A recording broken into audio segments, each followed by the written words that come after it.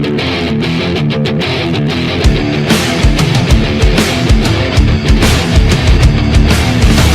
see you as small and helpless. They see you as just a child. Surprised when they find out that a warrior will soon run wild. Prepare for your greatest moments. Prepare for your finest hour. Greetings, people of the internet. My name is Ben, otherwise known as the Traveller, and today I'm going to be doing my first review and a look at of the first episode of a CG style anime created, directing and starring and thought of and shizzle whizzle like that, created by Monty Ohm, simply known as RWBY. RWBY spelled with a W, because you know he's boss level. RWBY is set in a world where physics can be broken and contains dark creatures with so much backstory that you would love to become one of them, like an Ursa. I think that's how you pronounce it. And it basically tells the tale of 4 schoolgirls enjoying their first year at a prestigious academy known as Beacon, in the city of Vale, where teachers for some reason have affairs with kids. I'm gonna get killed by the FBI, aren't I? Anyway, to may as well get the gist of where I'm coming from here, I may as well explain the 4 main characters. Ruby Rose, played by Lindsay. I don't know the last names, I couldn't find out for some reason and I can't pronounce them. Yeah, Ruby Rose, played by Lindsay, who is an amazing voice actor for a 15-year-old girl for some reason. Kara, who plays Weiss, who actually does play the role of a kind of bitchy person very well. That does sound very awkward. I mean, if like any of the Rooster Teeth staff watch this, which I'm very highly doubting, she plays the role very well and gives a lot of emotion to Weiss. Eren Zek, the only person whose last name I can pronounce for some reason, who plays Blake, a strong, silent type, I do agree that she can play the role of Blake very well as well. All the main cast can play them as well, which also does lead to my 4th main character, Barbara. The reason why I sigh at that, every fanboy's dreams belong with her. No joke, seriously. She plays a character known as Yang, Ruby's sister, who is a party get-going girl, which, to be honest, I am not surprised. I love anime, okay? I've loved it ever since, well, I can't actually remember now, it's like since I was 6 years old.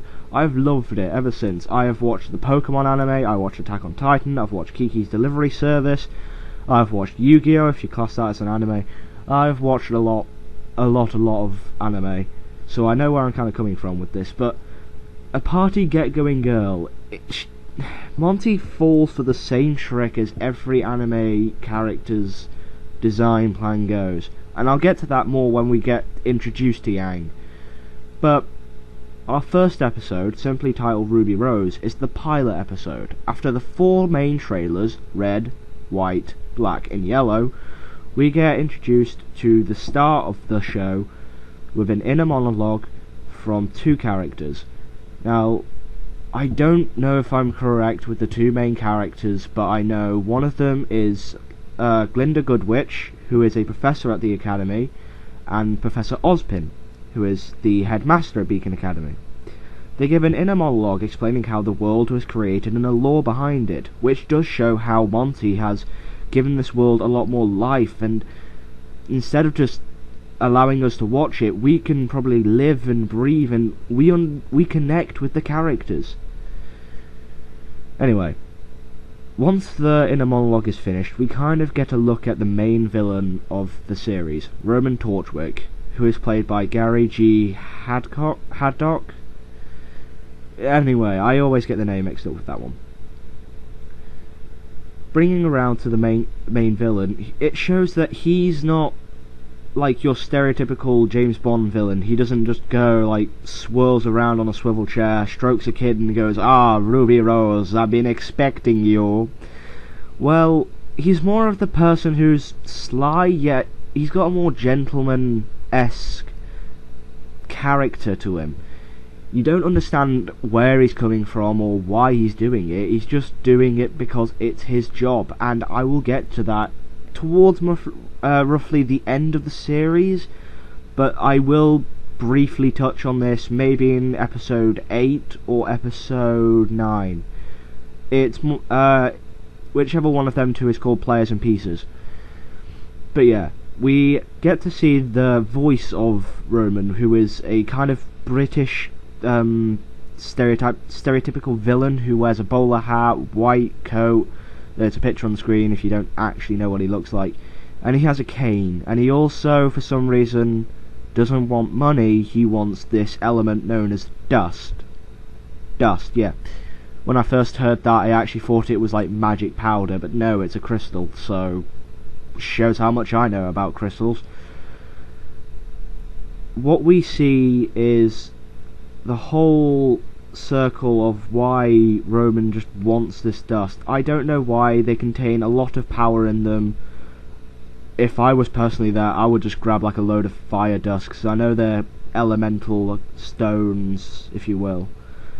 The next scene kind of involves around RWBY, just casually reading a weapons magazine, very well hinted that she is a weapons fan, and she's listening to music, to one of the best songs ever existing, which is This Will Be the Day, which you heard at the start, and you may hear in the credits if I cannot get killed for copyright details. YouTube comments are stuck. Yeah. RWBY then gets interrupted while reading a comic by a goon.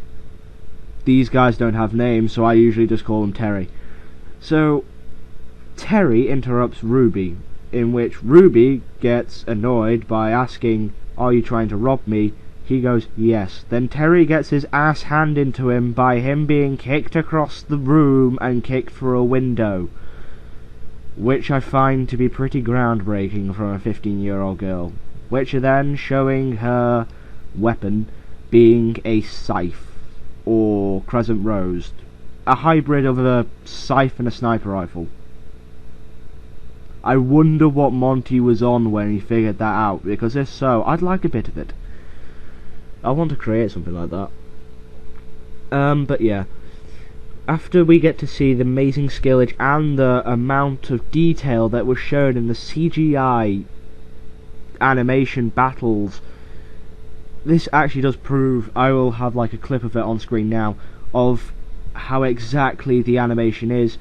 You can see clearly that a lot of thought and a lot of effort has gone into this, instead of just slapdashing a couple of things onto some card and just going, here you go, here's an anime, just put that on the internet and there you go, done.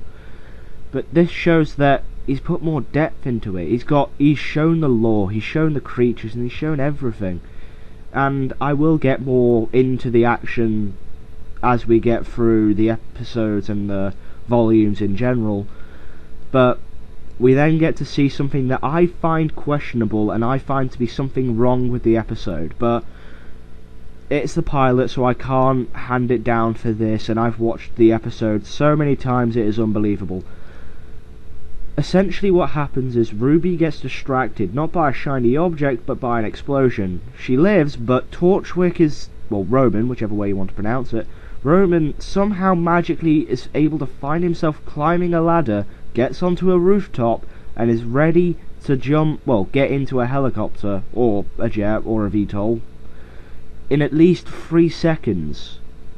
Well, actually the Pacific time is 5 seconds, but, you know, count it from the explosion onwards to when you see him on the ladder, it's been 5 seconds. Either he's Shadow the Hedgehog and he knows how to use chaos control, or we're not figuring out something. Then we get another shot of RWBY using her scythe to propel herself up onto the rooftop, again explaining that the physics in the series is not the best and is not the worst. So I won't put it down to that. This is an anime, so animes can break the laws of physics whenever they feel like it. I mean, if Call of Duty can have sound effects in space, why can't RWBY fly above the skies using a sniper rifle? But we also get to see the power of what dust can be done if it is used irresponsibly, therefore being an explosion, which I find to be a big explosion and something that I could probably do if I use Sony Vegas Pro for about 25 minutes. But I won't hold it back on it. I'll just say that's okay. We also then, after that, get to see another character, which is Glinda Goodwitch, who somehow uses a magic stick in order... Well, it's like a wand, basically, to defend RWBY, and I see it as more questionable, if you will, because I don't know how she uses it. Her weapon is very discreet, it's bland, more or less. I mean, the shots of it looks amazing, it's just, I don't understand how it works. I mean, RWBY's sniper scythe can be understandable. It's got an ammo clip, and it's a scythe, and it has a bullet hole. I mean, later on, when I explain the other weapons, you'll understand that one of the weapons is just generally a sword and shield. Another one is essentially a whip, katana, and pistol. And Cloud's sword from Final Fantasy, which has some reason been beefed up with steroids. But Glinda Goodwitch's weapon is the only one which I've been unable to figure it out. I've been able to figure out every weapon, how they work, and what's the actual deal with all of them, but I've been yet to understand how Miss Goodwitch's weapon works. So if you've actually got any advice or any links, or you know how it works, please put it in the description below, or please just actually put it in the description below. I will be confused for the whole week as I try and figure this out. But after that, after the big final confrontation between Miss Goodwitch and this Phoenix girl, who I will get into towards the end of the episode, plot twist, we then get a small shot of, well, RWBY essentially being asked if they would like to go to a big academy where they have to be older, 17, 2 years older. So a 40-year-old headmaster at an academy just lets a 15-year-old girl magically go to this academy 2 years early. Somehow. And then we get introduced to Yang Xiao's song. Just look at the character design for a second, please. I will wait. Don't worry, I can wait. I have time. Okay, just watch. Okay.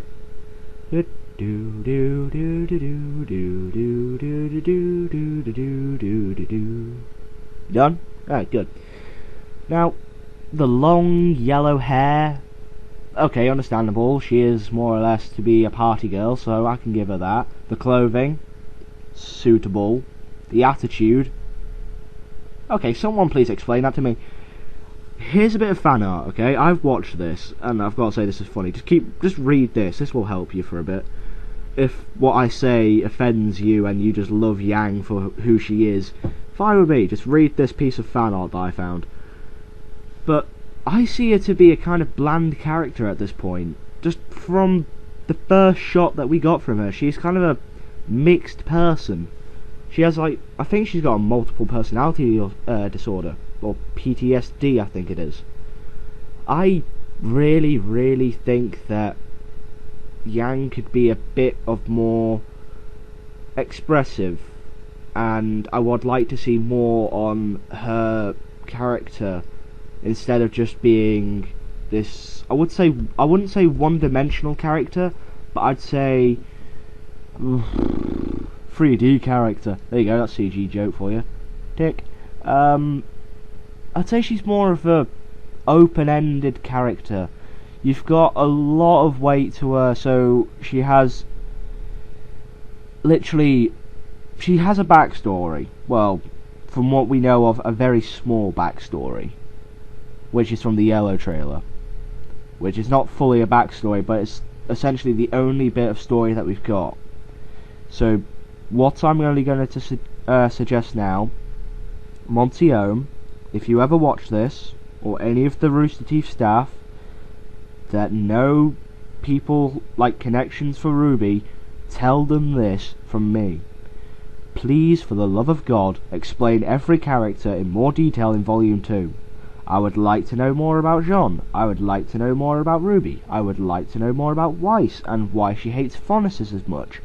I know about the instances back in the story of White and Black, or black and white, whichever way you want to see it. I would like to see more develop on the characters. But I'm going to put that down. I'm going to do a rating system at the end as well, because I'd like to rate the episodes and give my personal opinion on this, and I'd like to hear yours. But, okay, carrying on with the thing. Yang is a great character to start off with, giving encouragement to her sister and being more of a confused teenage girl. Not teenage, actually. She's more like an 18-year-old party girl.